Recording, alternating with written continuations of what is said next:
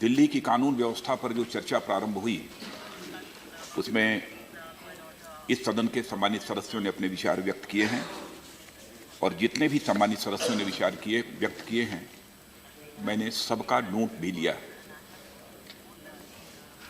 इस हकीकत को सभी स्वीकार करेंगे कि दिल्ली पुलिस का जहां तक सवाल है, यह विश्व की सबसे बड़ी मेट्रोपॉलिटन पुलिस हमारी दिल्ली की है। जनसंख्या भी दिल्ली की लगभग 1,80,00,000 से ऊपर की है।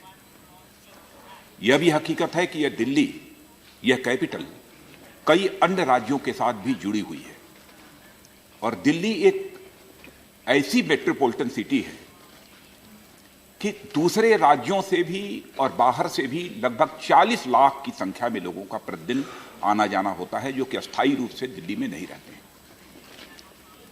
दिल्ली में दिल्ली पुलिस के ऊपर कई प्रकार की मल्टी डायमेंशनल रिस्पॉन्सिबिलिटीज हैं, बहुत सारी है। लेकिन यह कहना कि दिल्ली पुलिस अपनी किसी जिम्मेदारी का निर्वाह बखूबी नहीं कर पा रही है, मैं समझता हूं कि दिल्ली पुलिस के साथ भी न्याय नहीं होगा। मैं यह भी नहीं कहना चाहता हूं कि हमारी दिल्ली पुलिस पूरी तरह से परफेक्ट है, यह मैं कोई दावा नहीं करना चाहता। यदि कोई व्यक्ति अपने में परफेक्ट नहीं हो सकता है, डिप्टी चेयरमैन सर, तो कोई ऑर्गेनाइजेशन अपने में परफेक्ट कैसे हो सकता है? उसमें कमियां होंगी। लेकिन जहां तक बन सका है, जब से यह जिम्मेदारी हमने संभाली है, उसके पहले भी लोगों ने जिम्मेदारी संभाली है, अपनी तई भरपूर हमने यह कोशिश की है कि दिल्ली की कानून और व्यवस्था को चुस्त दुरुस्त बनाकर रखा जाए और उसके लिए कई प्रभावी कदम भी उठाए। दिल्ली पुलिस की स्ट्रेंथ कम है, ऐसा हमने महसूस किया और मैं आपको जानकारी देना चाहता हूं, उपसभापति महोदय, 2015 में ही 4,227 पोस्ट हमारी सरकार ने सैंक्शन किए हैं दिल्ली के लिए। जब यह मैंने अनुभव किया कि यहां दिल्ली पुलिस की स्ट्रेंथ कम है, तब इतने सैंक्शन हुए हैं।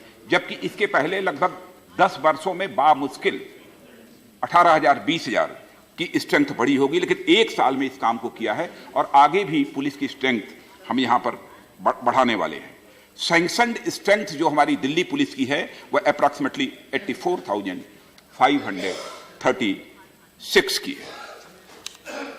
मैं ऐसा मानता हूं कि जैसे कई माननीय सदस्यों ने यहां की महिलाओं की सुरक्षा के संबंध में भी प्रश्न खड़ा किया है, तो उपसभापति महोदय, मैं आपके संज्ञान में यह लाना चाहता हूं कि हमारी सरकार आने के बाद और गृह मंत्रालय की जिम्मेदारी जब मुझे मिली, मैंने कहा कि पुलिस महकमे में भी महिलाओं की सुरक्षा व्यवस्था इंश्योर करने के लिए आवश्यक है कि महिलाओं का प्रतिनिधित्व बढ़ना चाहिए और दिल्ली के लिए भी हमने महिलाओं का रिप्रेजेंटेशन 33% होना चाहिए दिल्ली पुलिस की जो स्ट्रेंथ है उसमें। और इतना ही नहीं, सभी राज्यों के मुख्यमंत्रियों को भी हमने अपनी एडवाइजरी भी भेजी है कि आप अपने अपने राज्यों में भी इस महिलाओं का प्रतिशत पुलिस के अंतर्गत लगभग 33% के आसपास सुनिश्चित करने का प्रयत्न करें। वैसे महिलाओं की सुरक्षा के संबंध में बहुत सारे कदम उठाए हैं, यदि आपकी इजाजत होगी तो मैं उसकी जानकारी भी दे सकता हूं। जैसे मॉडर्न टेक्नोलॉजी का मैक्सिमम जितना उपयोग किया जा सकता है वह करने की हम लोग कोशिश कर रहे हैं। एक हिम्मत है महिलाओं की सुरक्षा संबंधित, ये एक हमारा यह कदम है। ऑपरेशन निर्भीक प्रारंभ किया है, शिष्टाचार ऑपरेशन प्रारंभ किया है, सेल्फ डिफेंस की ट्रेनिंग लाखों छात्राओं को इस दिल्ली में दी जा चुकी है और हमारी पुलिस जाकर ही यह सेल्फ डिफेंस की ट्रेनिंग यहां की छात्राओं को मुहैया कराने का काम कर रही है। एक दूसरा प्रश्न जो यहां पर यह खड़ा हुआ है कि अपराध बड़ी तेजी के साथ बढ़ रहे हैं। मैं समझता हूं कि उपसभापति महोदय, यदि दिल्ली पुलिस जैसे काम कर रही थी यदि वैसे ही यदि करती रहती तो मैं दावे के साथ कहता हूं कि अपराधों की संख्या ये बढ़ी हुई ऑन रिकॉर्ड दिखाई न देती। लेकिन मैं कह सकता हूं कि हमने यह मुकम्मल व्यवस्था सुनिश्चित की है कि यदि EFIR भी यदि कोई दर्ज करना चाहता, EFIR की व्यवस्था मैंने यहां पर करा दी है। ट्रूथफुल एंड फेयर FIR का रजिस्ट्रेशन होना चाहिए, यह व्यवस्था हम लोगों ने सुनिश्चित की है। और उपसभापति महोदय, स्वयं आप यह कल्पना कर सकते हैं क्या एक साल के अंदर ही अपराधों की संख्या जस्ट डबल हो जाएगी? इसका मतलब यह है कि पहले FIR जो लोग दर्ज कराना चाहते थे उनकी FIR दर्ज नहीं होती थी। आज एक छोटी सी घटना के लिए भी कोई FIR दर्ज कराना चाहता है तो FIR दर्ज करा। मैं आपसे नहीं, आप खुद ही अपने दिल के ऊपर हाथ रखकर पूछिए। आनंद शर्मा जी, मैं आपसे पूछना चाहता हूं, मैं कहता हूं, यह हमारी सरकार आने के बाद एकाएक ये अपराधों की संख्या दिल्ली में बढ़ गई? जो FIR का सवाल नहीं है, एक्शन का सवाल है। FIR आप लाखों करिए और एक्शन एक पर नहीं। एक्शन भी हो रहा है, एक्शन भी हो रहा है। FIR होगा तो एक्शन होगा। एक मिनट, एक चीज एक्शन का, जहां तक मैं कह सकता हूं कि एक साल के अंदर दिल्ली में कोई भी कम्युनल टेंशन अथवा कम्युनल वायलेंस की कोई घटना नहीं, यह भी हमारा अचीवमेंट है। और ना प्लीज, अरे बैठिए बैठिए, आप लोग बैठिए बैठिए। मिस्टर खान बैठिए। Mister Khan, take your seat. ना please, sit down, he is not yielding, sit down. तो यील्ड नहीं करते, बैठिए। sit down. बोलिए, मंत्री साहब बोलिए। मिस्टर मिनिस्टर, शुरू करो। वैसे ये चाहते हैं कि FIR तो दर्ज हुई, ठीक हुआ, इसका स्वागत किया है उन्होंने, उनको मैं धन्यवाद देता हूं। लेकिन कितने लोगों के विरुद्ध कार्रवाई हुई, कितने लोगों को सजा मिली, इसका आंकड़ा मैं इस समय प्रस्तुत नहीं कर सकता हूं। आपकी इजाजत होगी तो मैं सदन के सदस्यों को उसकी जानकारी दे दूंगा।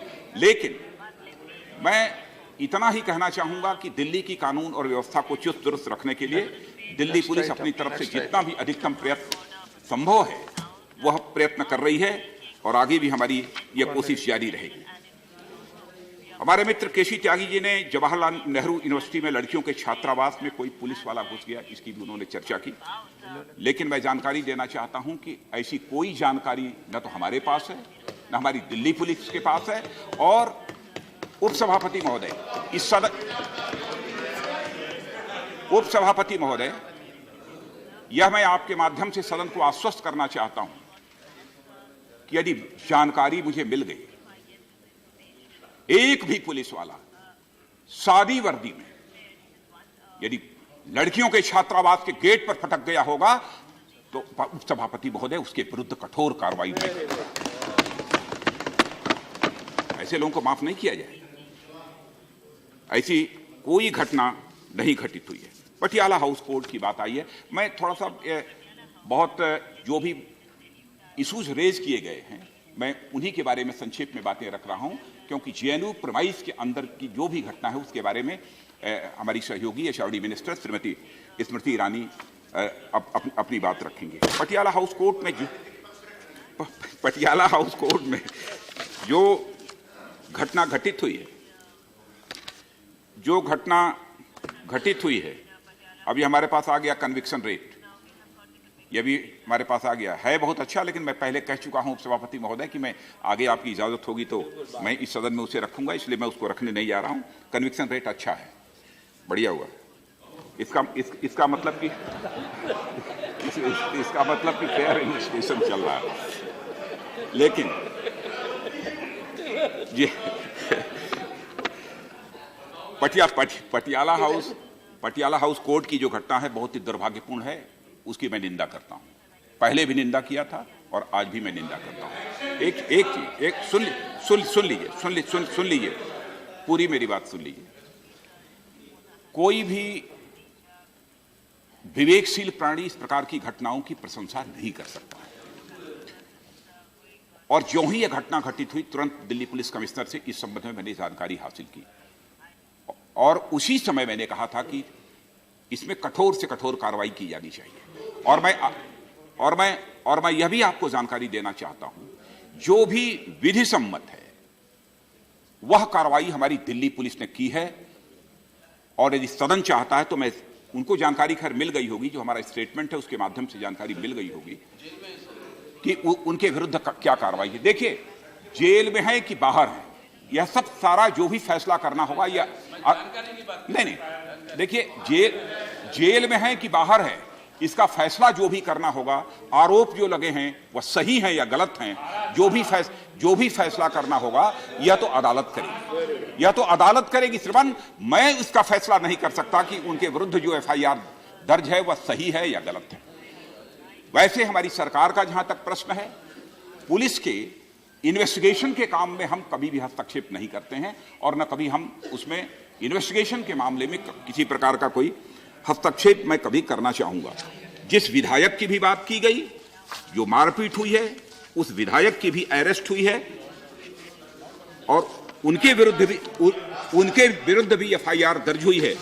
उपसभापति महोदय, इस बात की मुझे जानकारी मिली है। प्राइम मिनिस्टर अकेले पाप बेचारे 3-4 बार ऐसा मारते थे। Easiest route, which has the potential to increase. तो कम से कम वो देख के पीछे के लोग तो मारेंगे ऐसा समझा था, वो भी नहीं हुआ।